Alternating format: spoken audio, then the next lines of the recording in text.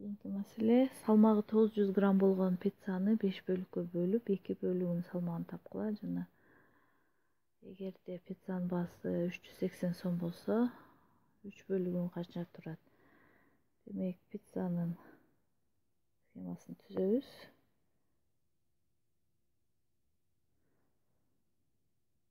900 граммдык пиццаны 5 бөлүккө бөлөлү.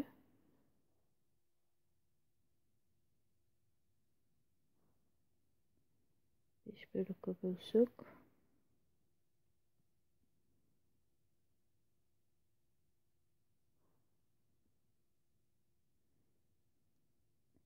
демек, bu pizzabыздын граммы 900.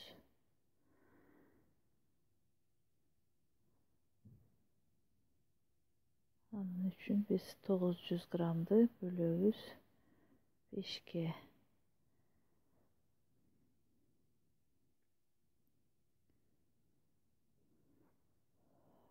900 граммды 5ке бөлсөк,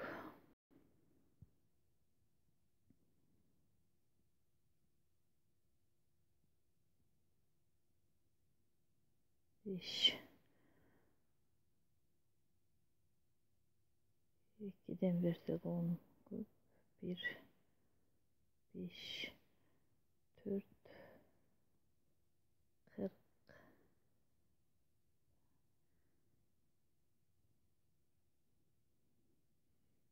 8'den berебиz 40 0 бул нолду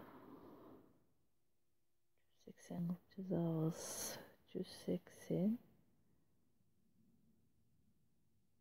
Демек, her bir bölüğümüz 180'den 180 gramdan kendisi gelip çıktı. 180 gram. Demek bu gelip çıkan bir bölüğü 180 gram olsa, anda 2 bölüğün tapkıla degen. Köbөйтөбүз 2'ge. Demek 2'ge köbөйтсөк, 180'de 2'ge köbөйтсөк 0 2 жерде 8 16.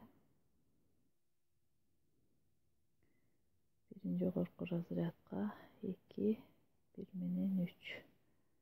Demek 360 gram bu. Pizzanın 2 bölüğünün gramı. Ошондой эле бизден pizzanın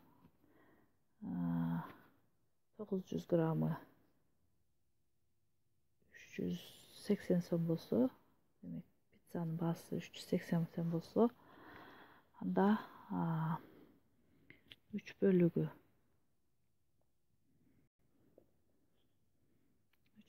канча турат деген суроого жооп беребиз. Демек 380 сомдук pizzаны биз бөлөбүз 5ке. Bölüğün акчасын табуу үчүн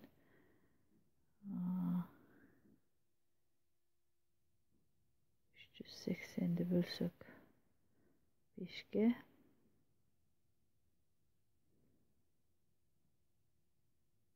7 35 3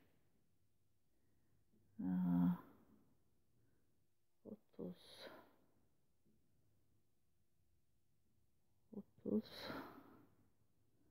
6 жерде 5'in 30 0.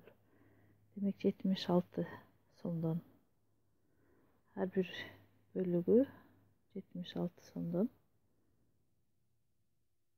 76 сомдон her bir bölüğü pizzanın. Demek 3 bölüğün суммасын тапсак 3 бөлүүгө канча тургандыгын. Демек 76 сомду биз көбөйтөбүз 3 бөлүккө. 76-ны көбөйтсөк 3-кө 18, бiri жогорку разрядка 21, 22. Демек 2228 сом келип чыкты.